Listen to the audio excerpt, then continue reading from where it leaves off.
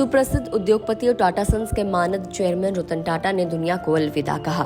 टाटा को एक बेहतरीन और ग्लोबल ब्रांड बनाने में उनके कंट्रीब्यूशन को कभी नहीं भुलाया जा सकता। हालांकि रतन टाटा सिर्फ एक अरबपति नहीं बल्कि एक ऐसे व्यक्ति थे जिन्होंने टाटा ग्रुप के साथ इस देश और यहाँ के करोड़ों लोगों के लिए बहुत कुछ किया है।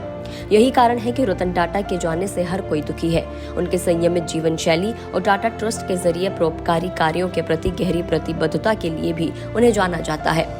अब ऐसे में उनकी अपनी कोई संतान नहीं है और रतन टाटा के उत्तराधिकारी पर सस्पेंस बना हुआ है।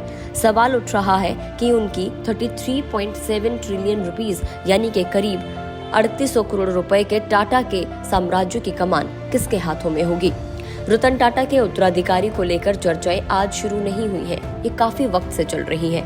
टाटा परिवार में एन चंद्रशेखर टाटा सन्स के 2017 से चेयरमैन हैं। उनके अलावा टाटा ग्रुप की अलग अलग कंपनियों से बहुत से ऐसे लोग हैं जो फ्यूचर में टाटा ग्रुप में अलग अलग जिम्मेदारी निभाते हुए नजर आ सकते हैं। तो ऐसे में टाटा का उत्तराधिकारी कौन बनेगा, कई दावेदार हैं, एक एक करके जानते हैं। सबसे पहला नाम है नोएल टाटा का। रतन टाटा के पिता नवल टाटा की दूसरी शादी सिमोन से हुई थी। उनके बेटे नोएल टाटा रतन टाटा के सौतेले भाई हैं और ये पारिवारिक बंधन नोएल टाटा को टाटा की विरासत हासिल करने के मामले में पहले नंबर पर रखता है। हालांकि उनकी बढ़ती उम्र को देखते हुए उनके 3 बच्चों में से किसी एक पर भी जिम्मेदारी दी जा सकती है। नोएल टाटा के 3 बच्चों में माया टाटा, नेविल टाटा और लिया टाटा शामिल है। इनके अलावा रतन टाटा के एक छोटे सगे भाई भी हैं जिनका नाम है जिम्मी टाटा, जो हमेशा सुर्खियों और टाटा ग्रुप की एक्टिविटीज से दूर रहते हैं। अगर नोएल टाटा के तीनों बच्चों के बारे में जाने तो इनमें सबसे पहले माया टाटा, जो कि 34 साल की है और टाटा ग्रुप में लगातार प्रगति कर रही है।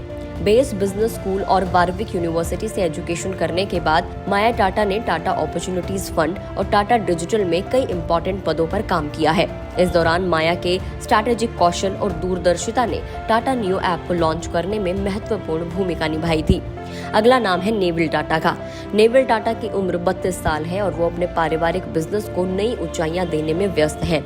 नेविल टाटा ने टोयोटा किर्लोस्कर ग्रुप की मानसी किर्लोस्कर से शादी की और वो ट्रेंट लिमिटेड के प्रमुख हाइपर मार्केट चेन स्टार बाजार के प्रमुख हैं। तो ऐसे में वो भी एक स्ट्रॉन्ग दावेदार माने जा रहे हैं। अगला नाम है लिया टाटा का। तो नोएल टाटा की सबसे बड़ी बेटी लिया टाटा 39 साल की है। वो टाटा ग्रुप के हॉस्पिटैलिटी सेक्टर में अपनी एक्सपर्टीज साबित कर रही है। स्पेन के IE बिजनेस स्कूल में पढ़ी लिया ने ताज होटल्स, रिजॉर्ट्स और पैलेसेस में इम्पोर्टेंट कंट्रीब्यूशन किया है और पिछले 10 सालों से वो होटल इंडस्ट्री से जुड़ी हुई है। माया, नेविल और लिया को टाटा मेडिकल सेंटर ट्रस्ट का ट्रस्टी भी बनाया गया है और पहली बार ऐसा हुआ है जब टाटा ग्रुप से जुड़ी किसी परोपकारी संस्था में युवाओं को जोड़ा गया। दूसरी तरफ हाल के ही दिनों में शांतनु नायडू रतन टाटा के सबसे युवा जनरल मैनेजर और भरोसेमंद सहयोगी रहे हैं। कई बार उनकी पिक्चर्स भी काफी वायरल हुई है। तो ऐसे में उन्हें क्या भूमिका मिलेगी, इस पर भी सबकी नजर रहेगी। रतन टाटा सिर्फ टाटा ग्रुप की बिजनेस स्ट्रैटेजी का ही मार्गदर्शन नहीं करते थे, बल्कि ग्रुप के परोपकारी पहलों से भी बेहद करीब से जुड़े हुए थे। ऐसे में उत्तराधिकारी को लेकर ये बुनियादी सवाल है कि क्या वो टाटा ग्रुप में नवाचार, उसका सामाजिक प्रभाव और अखंडता को बनाए रखने के लिए वो जिम्मेदारी उठाने के काबिल है या नहीं। वीडियो में इतना ही। आपको क्या कुछ लगता है, कौन बनेगा उत्तराधिकारी, हमें कमेंट करके जरूर बताएं।